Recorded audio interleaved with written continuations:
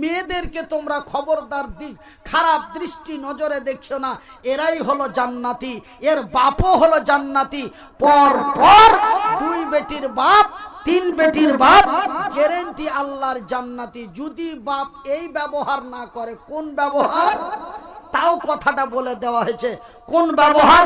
3টা বেটির পরে একটা বেটা হলো। কয়টা বেটির পরে?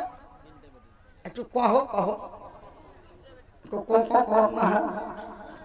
3 বেটির পরে একটা বেটা হলো। কয়টা বেটা হলো? আচ্ছা মনে হচ্ছে যে না খেয়ে পয়সা আছে। 3 বেটির পরে এক বেটা হলো। একটা বেটা হওয়ার পরে ওই বেটি 3টার মায়া মহব্বত খানি বেটাটার মধ্যে ছেলেটার মধ্যে ভরে দিল। রাস্তার ধারের জমিগুলি ছেলেটাকে দিল, কলেজ ইউনিভার্সিটি বিশ্ববিদ্যালয়ে ছেলেটাকে পড়ালো, কিন্তু মেয়েটাকে প্রাথমিক বিদ্যালয়ে যেতে দিল না। বাজার থেকে ভালো মন্দ নিয়ে আইলো, ছেলেটাকে পাশে ডেকে বুকে জড়িয়ে ধরে খাওয়াইলে মেয়েটাকে পাঞ্জরে আসতে দিলে না। এরকম যেন বাবা না করে, এই দুশ্চরিত্র বাবা যেন আল্লাহর জাহান্নামী। এই দুশ্চরিত্র বাবা আল্লাহর জাহান্নামী। 3টা বেটির পরে একটা বেটা হলো, আর 3টা বেটির পরে একটা বেটাকে পাওয়ার পরে মুচ্ছা ময়া দয়া খানি বেটাটার মধ্যে ভরে দিলে, বাজার থেকে যা নিয়ে আসে বেটাটার হাতে দেয়। মেয়েগুলির দিকে চোখ গরম করে তাকে বলে, হটতে পারিস না তোরা? ছেলেটাকে হাত দুটা খাইতে দিছি তো তোরা খালি পাঞ্জর পাঞ্জর ঘুরছিস। এরকমটাই যেন বাবা না করে। মেয়ের মহব্বত মেয়েকে দিল, ছেলের মহব্বত ছেলেকে দিল, ফারাইজ মোতাবেক ঠিক মেয়ের প্রাপ্য মেয়েকে দিল, ছেলের প্রাপ্য ছেলেকে দিল। আমি রাসূল বলি রে, ওই 3 বেটির বাপ, ওই 2 বেটির বাপ যেন আমার আল্লাহর জান্নাতি। নারাই দেখবে মরে গেলেই জান্নাত। জোরে বলি আলহামদুলিল্লাহ। কিন্তু বেটার ব্যাপারে একটাও হাদিস পাওয়া যায় না। বেটা লয় হে বেটা। আমার একটা ছোট্ট একটা বেটা আছে, 7 বছর বয়স হলো। আজ কয়দিন হলো হার উপরে রাগারাগি চালু করে দিলে। বলছে আব্বা তোমার মোবাইলটা দাও। আমি বলছি না রে বেটা মোবাইল নিস না, মানে ঝামেলা ঝঞ্ঝট আছে, খারাপ হয়ে যাবে। ওর মার কাছে যা লাগলো কানতে, দিয়ে হার উপরে রেগে যায়, কইছে যে থামো, তুমি মোবাইল দিলা না, আমি তোমার মতো জালসা করে আমিও মোবাইল নেব। বুঝলেন? এখন থেকে হার পাশে ভিড়ে গেছে ও বেটা লয় হে বেটা। আর বেটার ব্যাপারে একটাও হাদিস পাওয়া যায় না আমার জানা মতো। অন্য কোনো মুলবির যদি জানা থাকে ওটা আলাদা কথা, আমি পাইনি। আল্লাহ মেয়েদেরকে এতই সম্মান দিয়েছে। সম্মান হলো বাংলা ভাষা, আপনার বিহারের ভাষায় হলো ইজ্জত। আল্লাহ মহিলাদেরকে এতই ইজ্জত দিয়েছে, আল্লাহ মহিলাদেরকে এতই সম্মান দিয়েছে। আর একটা কথা শুনেলেন, এরাকে কতই সম্মান দিয়েছে শুনেলেন? এই যে আল্লাহর পবিত্র কোরআনের ভিতরে 1-2 করে 114টি সূরা আছে, 1-2 করে 6666টি আয়াত আছে। বন্ধুরে 114টি সূরার মধ্যে একটা সূরার নাম আল্লাহ রেখে দিয়েছে মায়ালো। কইছে হবে ছোট মুলবি এগুলা কি উল্টা পাল্টা কথা কইছে, সূরার নাম ফের মায়ালো। হ্যাঁ, ভাটিয়া ভাষাই হলো মায়ালো, বাদিয়া ভাষাই হলো মায়ালো, বাংলা ভাষাই হলো মহিলা, ইন্ডিয়ান ভাষাই হলো আওরাত, আমেরিকান ভাষাই হলো লেডিস, আমার আল্লাহর ভাষাই হলো নিশা।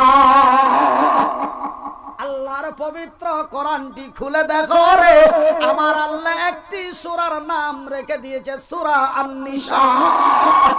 আমার ভাইয়ের, আমার বন্ধুরা, শুধু তাই নয় রে, আমার আল্লাহ মহিলাদের কত ইজ্জত দিয়েছে। একটি সূরার নাম নির্ধারিত করে এক মায়া লোকের নাম রেখে দিয়েছে। সেই সূরাটির নাম কি গো? সেই সূরাটির নাম হলো সূরা মারিয়াম। শুধু তাই নয় বন্ধুরে, আমার আব্বা জানেরা, আমার পর্দা নাসিল মায়েরা, আল্লাহ তোমাদের কতই ইজ্জত দিয়েছে মা, আল্লাহ তোমাদের কতই সম্মান দিয়েছে মা।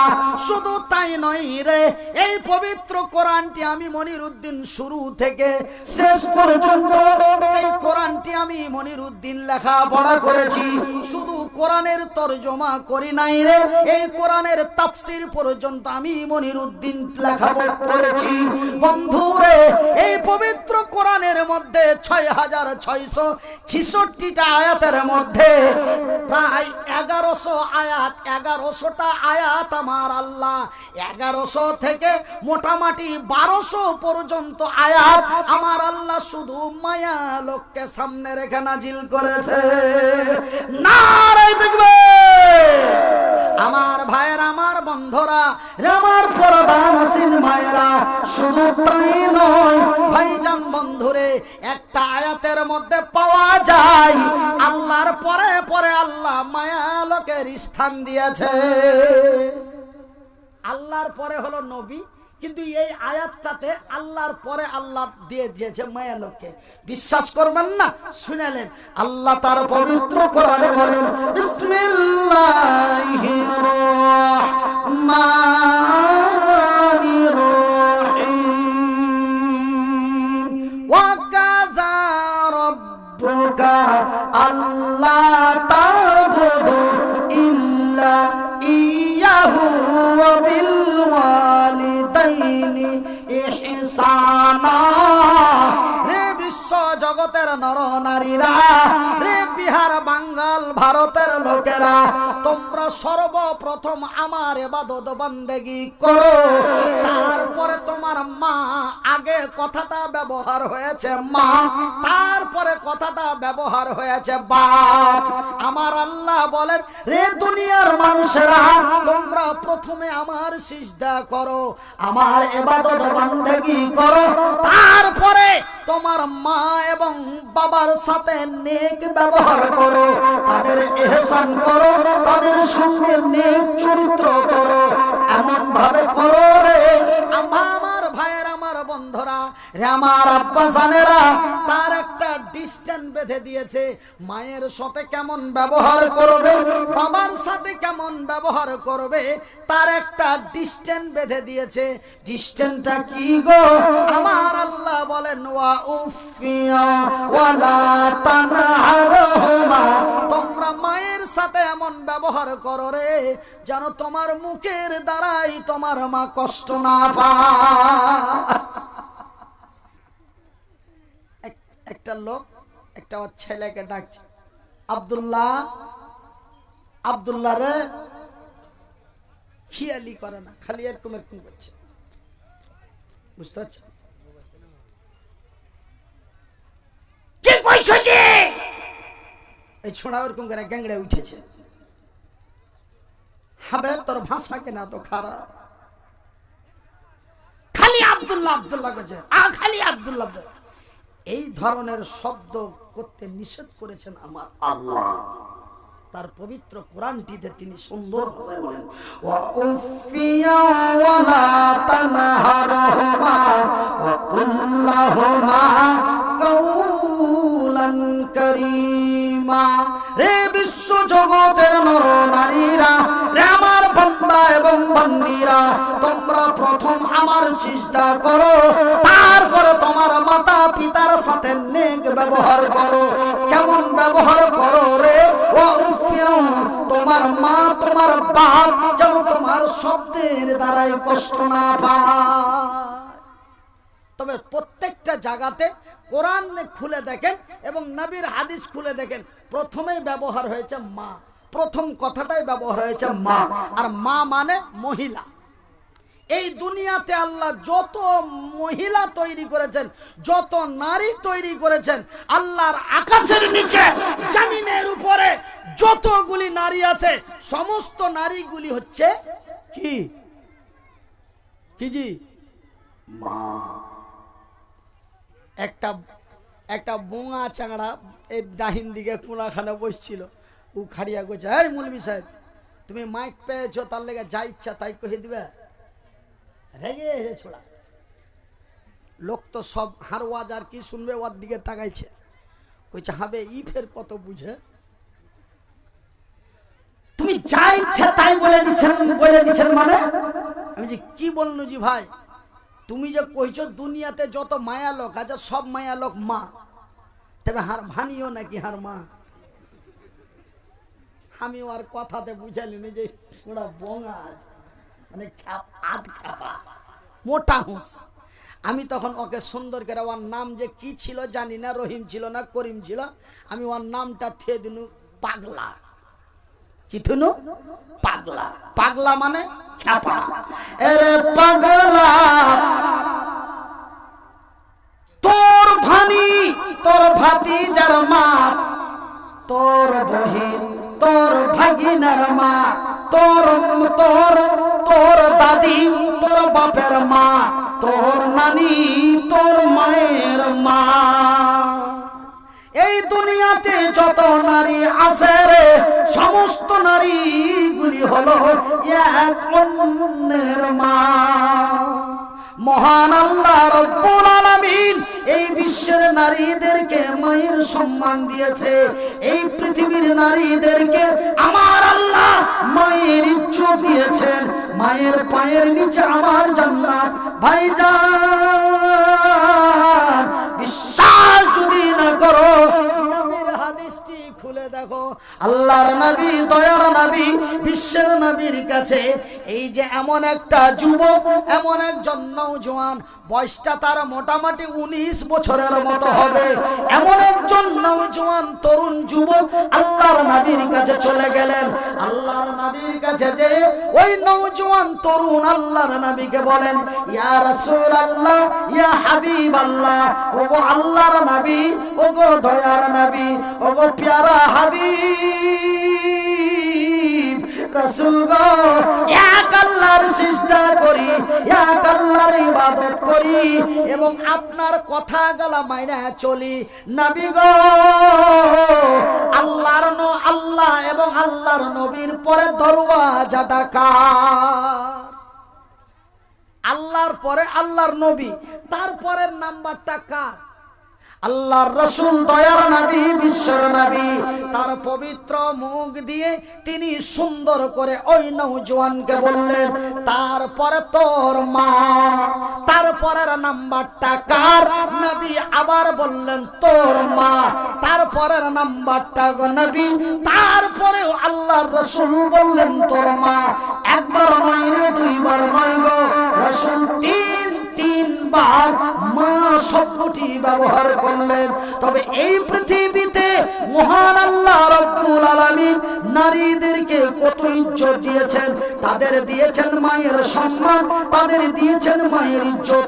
ওরা যেন আমার মা, আমি যেন ওদের সন্তান। মা গো, বোন রে, হাত দুটি জড়িয়ে বলি, মা তোমরা যেন আমার মায়ের মতো মা, তোমরা যেন আমার বোনের মতো বোন, তোমরা যেন আমার বেটির মতো বেটি। মা গো, বোন রে, আল্লাহ তোমাদের বড় ইজ্জত দিয়ে তৈরি করেছে, আল্লাহ তোমাদের বড় সম্মান দিয়ে তৈরি করেছে, আল্লাহ তোমাদের বড় মহামূল্যবান করে তৈরি করেছে। ভাই, মা গো, বোন রে, তোমরা রাস্তা পথে ঘাটে বাজারে অফিসে আদালতে যেখানে যাবে মায়ের সম্মান নিয়ে যাবে। কেন? তোমরা যে আমার মা, আমি যে তোমাদেরই সন্তান, আর তোমাদের পায়ের নিচে যেন আমারই জান্নাত। আমার জনম দুঃখী মা, আমার দয়াপতি দরদিনী মা, আমার জনম দুঃখী মা, আমার দয়াপতি দরদিনী মা। মা গো মা, আমার মা, মা গো মা, আমার মা। তোমার মতো মায়ার জিনিস, তোমার মতো দয়ার জিনিস মাগো আর পাইলাম না।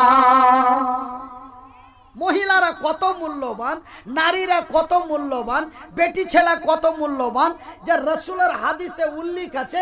হাদিসটা হলো সহিহ আল বুখারী। আল্লাহর রসুল দয়ার নবী, বিশ্বের নবী, তার পবিত্র মুখ দিয়ে বলছেন, রে বিশ্ব জগতের নর নারীরা, রে আল্লাহর বান্দা এবং বান্দিরা, হে আমার সাহাবী গণেরা, আল্লাহর আকাশের নিচে জমিনের উপরে মহান আল্লাহ তিনজন ব্যক্তির দোয়া গ্যারান্টি কবুল করে।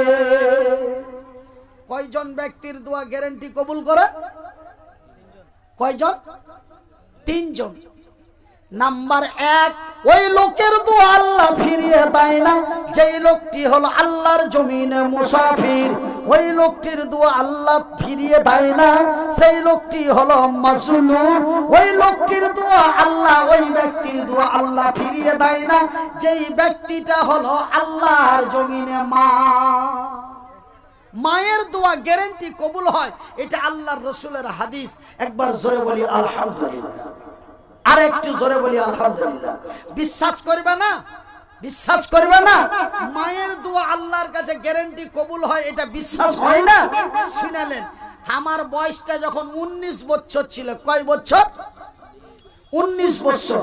আমার বয়সটি যখন 19 বছর ছিল, একদিন রাত্রি 2টোর সময় পেশাব করার জন্য, ইস্তেঞ্জা করার জন্য উঠেছি। ইস্তেঞ্জা করে পেশাব করে ঘরে যাই, ঘরে দেখি মা রাত 2টা বেজে প্রায় 15 থেকে 20 মিনিট। ওই সমাধে দেখি মা যাই নামাজে বসা আল্লাহর দরবারে দোয়া করেছে। ভাইজি, আল্লাহর কসম করে বলছি, মা জানো আল্লাহর কাছে কিছুই চাই না। আমি কপাটের আড়াল থেকে দাঁড়িয়ে দাঁড়িয়ে শুনো, আমি কপাটের আড়াল থেকে দাঁড়িয়ে দাঁড়িয়ে শুনি মা রোজ রাতে রাত 2টার পরে নামাজ পড়া মা আল্লাহর কাছে কি চাহে। মা আমার প্রত্যেক দিন, মায়ের মরা প্রায় 10 বছর হয়ে গেল। ভাইজি, যেই মা বড় কষ্ট করে পেটে ধারণ করেছিল, ওই মায়ের মরা আমার 10 বছর হয়ে গেল। তো মা আমার যখন দুনিয়াতে বেঁচে ছিল, মা প্রত্যেক দিন রাত 1টার সময় উঠে, আমার মা কোনোদিন তাহাজ্জুদের নামাজ বন্ধ করেন না।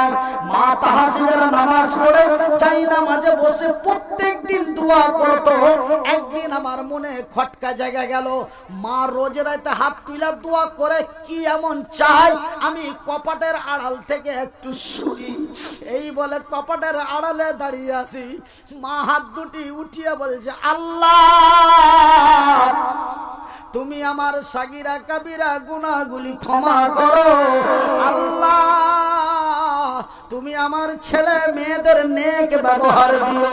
আল্লাহ তোমার দরবারে বড় আশা আকাঙ্ক্ষা নিয়ে তোমার দরবারে বলি, মাওলা আমার মুনিরের 2টা হাত নাই। মা এরকম করে রাত 2টায় গল্প দোয়া করছে। মা রাত 2টায় এরকম করে আল্লাহর কাছে দোয়া করছে, আমার মুনিরের 2টা হাত নাই, আমার মুনিরের 2টা পা নাই।